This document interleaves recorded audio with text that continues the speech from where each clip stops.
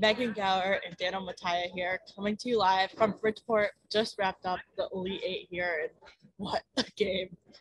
What a game! Hard still beat. Yeah, just an absolute thriller. I mean, instant classic. I don't think there's any other way to put it. Double overtime. UConn wins, advances to its 14th straight Final Four. NC State just barely misses making it to Minneapolis. Just, I'm still struggling to find the words. Just such a good game. Yeah, honestly, I mean, if you watched the first half and you saw the way NC State shot, you thought it would be somewhat over, but, you know, the founder of the site, Aaron, did not give up. He looked at both of us and said, it just doesn't feel like NC State's out of it. They still believe, and sure enough, they did. Yeah, they believed enough into not one but two overtime periods. So yeah, just it's a classic. I mean, it started out. I felt like they were trading baskets early on, back and forth first half or first quarter. UConn was up by maybe 2 at the end of first quarter. Sounds about right in my head at least. Hard to remember. And then UConn really opened up a little bit of a lead at the start of the second. They started out the second quarter on a 9-2 run. Nika Mule checked in, which is, I mean, we've seen it throughout the season for them, just an energy changer on the floor for UConn. And they kind of got some big stops there and hit a few baskets to go up. But then Dorka Juhas goes down. Gruesome injury. Yeah. Fortunate blow for the Huskies in general. It's a really tough thing. Something you never want to see happen, especially in one of these games down the stretch of the season. And I mean, the players were visibly shaken up. I think most of them were in tears alongside Juhas. It's a tough moment, I think, in the game. You could see it, especially in Westbrook's face. She was over kind of just staying with Dorka until the training staff got over, but really, really tough. Yeah, I kind of have goosebumps thinking about it, but I mean, I credit to UConn after it happened, though. Obviously, it would shake up anybody, but dealing with, I think, Aaliyah Edwards had 3 fouls early in the third quarter. Olivia Nelson-Ododa had 3 fouls early in the third quarter. So they're dealing with foul trouble. They're short because they lost Dorka. Avina stepped up and played some big minutes, like, as UConn kind of had to go small because of the foul trouble. I mean, I think you can't say enough about, I feel like every UConn game, at least that I've watched with you, Kristen Williams just gets off to like the fastest start. It's something about me being in the gym, I guess. I don't know. But, I mean, she was leading all scorers for the majority of that game until kind of AZ Fudd went nuts in the fourth. And then, of course, we're going to get to it. Paige Bueckers show. Yeah, I feel like Kristen's contribution to this game is going to get overlooked a little bit because, like, we're going to get to, like, what Paige Bueckers did down the stretch was just incredible. But Kristen Williams came out really hot. She had 9 points at the end of the first quarter. It was really setting the tone for this team, especially on offense and on the defensive end as well. To start it off, I think exactly what you want to see from your senior leader kind of down the stretch of the season here. So, yeah, getting back to how NC State started, though, they got contributions from Kayla Jones, Jada Boyd, and then, I mean, the game that Shakia Brown-Turner had. Insane. 20 points. She hit 3, was it at the end of regulation or at the first overtime? At the first overtime, hit the 3 to tie it with, I think there was 3.8 seconds left on the clock, so NC State was down 3. That easily could have been the end of the game. It wasn't really even a clean look. Like, it was pretty well guarded by Fudd, and she still gets it off. I think it was Paige. Oh, it was Paige. Okay. That makes a little bit more sense. Yeah. I was going to say, I don't know that Fudd would have let her get a good enough of a good look. But yeah, still pretty well guarded. Knocks it down. Sends it. UConn doesn't even get a shot off. We're out of timeouts. They had to go the full length of the court, and it sends it to the second overtime. So huge shot from her. Like I said, 20 points on the game, 5 assists, 8 rebounds. Just an incredible game from her in general, but I feel like that shot is like the moment that you have to point to. Yeah, I mean, it's a credit to – obviously we're going to talk about Paige a lot, but credit to Paige. And, I know AZ was big in that double overtime too, but, talk about all the momentum being on NC State's side.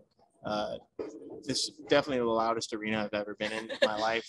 And how quiet it got after that shot was made definitely blew my mind and made you realize this was sort of a home game for UConn. Oh, yeah. I mean, the crowd was 90%, would you say, probably UConn fans? That feels about right. Yeah, I mean, it was just – the crowd was really into it, too. Shout out Mike Como of the SNY anchor that was sitting behind UConn's bench though, because she had her section up on their feet like 10 times during this game. I was watching her sub as much as I was watching the game, and it was incredible. But yeah, just I mean, definitely a home run player right for UConn. I guess the part of playing in Bridgeport. There is something to be said, obviously, about Alyssa Cunane's game. She's been so consistent all year, and tonight she was that one consistent force, probably throughout all 4 quarters. She may have got off to a slow start, but just always having like great footwork, being able to get the ball in, instrumental in getting UConn's bigs in foul trouble. Yeah, and she didn't have a great start to the game, and credit to her for adjusting, because I think Aaliyah Edwards' really physical defensive presence makes it really tough for an opponent's bigs in the lane, but she struggled to start against that physicality, but then came out in the second half, really adjusted to it, and was able to be a big force for NC State in the second half and also in the 2 overtime periods, which I think is exactly what you want to see from your senior center as in this game. But then also when you're looking for her now that her season's over to the next level, going to the WNBA, you're going to see a lot more of that physical type of pressure in the post. Definitely. In the WNBA. So her ability to adjust to it, I think, shows a lot about what she can do at the next level. For sure. And I mean, if there's some glaring weaknesses, I think you point out with UConn, the only real things to me, I mean, because it was such a good game, but there has to be something said about the free throws down the stretch. Yes. And I mean, I think they were 13 for 14 until the 4th quarter in overtime, where they ended up missing, I think, 8 on the game. Yeah. Is that right? Yeah. But I mean, they had a chance to win it in regulation. Olivia Nelson-Ododa is a 69% free throw shooter, gets fouled, misses both back to back. Killer for those of you who bet the under, because obviously there were 56 points scored in overtime. Mind blowing. Yeah, just mind blowing. And yeah, I mean, you have to hit free throws down the stretch. I think we've seen so many upsets in this tournament fall short because teams do not hit free throws down the stretch, and UConn avoids it being what cost them their season in this game, but it very well could have been what cost them the season. I mean, it's scary to think about. I mean, like if NC State just hits another bucket in overtime, and we go back to that point, then not everybody is talking about Paige Bueckers, who I'm sure was trending all over Twitter today. I mean, I don't know about you, but it felt like every time she got the ball with a sliver of space, and most of her shots were off the dribble too. They weren't easy. They were pull-ups, coming off screens. But either way, all of her shots, I felt like they were going in. Yeah, I don't think we saw today the Paige Bueckers that you saw last year and that you saw before her injury. The type of player you just, in those moments, it almost, like you said, you feel like you just know they're going in. It's kind of like Gino said, it made for these moments. Like, it's just different. I think Kristen Williams actually put it best. Is what they were in overtime. What Kristen Williams said she was thinking is that we have Paige Bueckers and they didn't. God, yeah, it's the crazy amount of confidence that lady has is mind blowing, and you factor that in with one of the best shooters in the planet surrounding you, maybe 2 of the best shooters with Kristen Williams. You want to throw her in 2.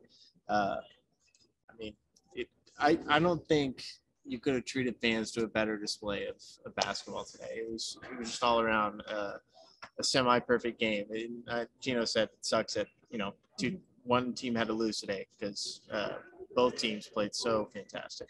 Yeah, exactly. I mean, just a work player. Excellent game. It felt like these were 2 Final Four games, the kind of game that you want to see in a Final Four. It happens in the Elite 8, but I think that's part of the women's game getting so much better if you're going to have one of these type of games in the Elite 8 going forward.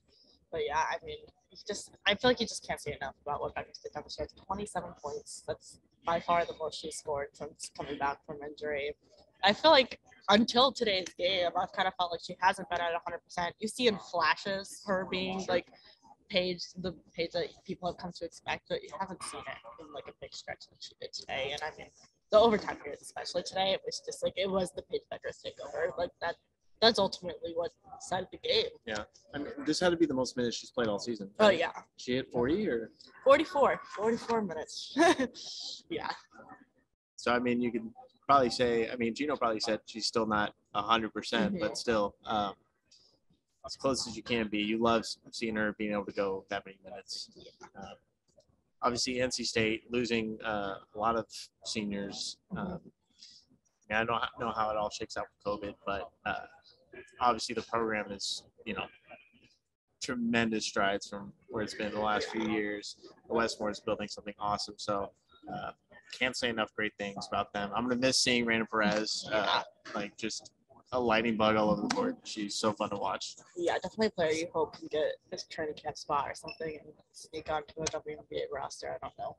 I'm not up on my draft stats, so I don't know how probable that actually is. But yeah, I mean, just a really fun player to watch. But yeah, I mean, a tough ending for them, but still, I feel like you can't say enough about what this NC State program has done over the last few years, especially with Canadian. I mean, 3 straight ACC championships, 3 straight Sweet 16s. They break that and get to an Elite Eight this year. Of course, it would have been better if they made it to the Final Four, but still a really phenomenal run for Canadian and the rest of their seniors. And I mean, to go out like this, you can't ask for much more in terms of a basketball game. Definitely. Now, before we end, I do want to look ahead. Yeah. You will be there at the Final Four. Yes, getting on a plane to Minneapolis Wednesday. Very excited. In my opinion, I guess this is hard to say because you have South Carolina on the other side, but I mean, Stanford probably maybe next to UConn, maybe next to South Carolina. I mean, they're either way. I think they're the hottest team in the country right now. Haven't lost since January.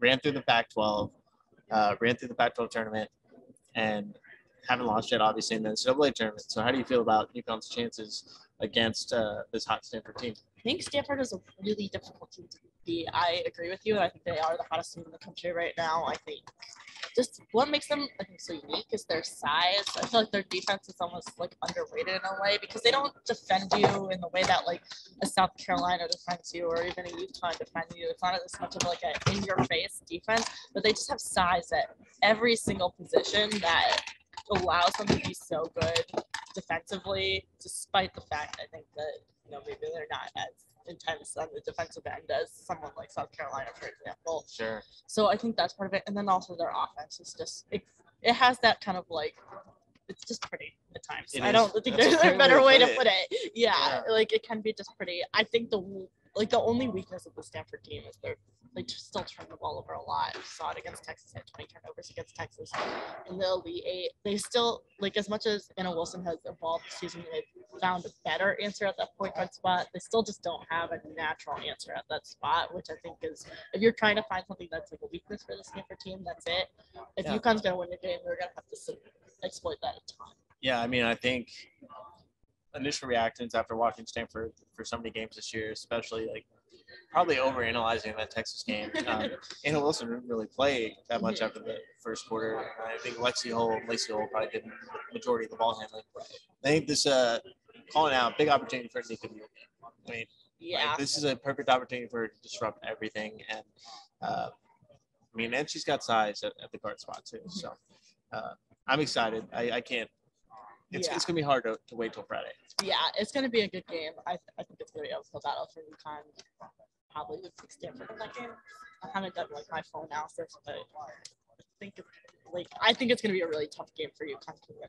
I think losing Dorka Juhas today also really helps UConn or hurts UConn in that game because they've had this ability to rotate the post players, and when you're in foul trouble, you have Dorka as an option off the bench. Losing this, and this is something Gino has said this season of why he recruited Dorka out of the transfer portal, that she was going to be kind of that difference maker between them being able to win a national championship and not. And I think it's, as much as people maybe don't see it, that her numbers aren't that flashy, it is a huge blow for this team to lose Dorka Juhas at this point in the season. Absolutely. I mean, we saw Avina Westbrook, come in and play kind of that 4 spot, so they'll have to do that time so they get into foul trouble. It's weird because there's still, it's just you got to play one game, so anything can happen. But I'm really looking forward to it, and I know that you are to see it in person. Yeah, very much looking forward to getting to Minneapolis. I think we're going to leave you with that today. Anything else you want to add?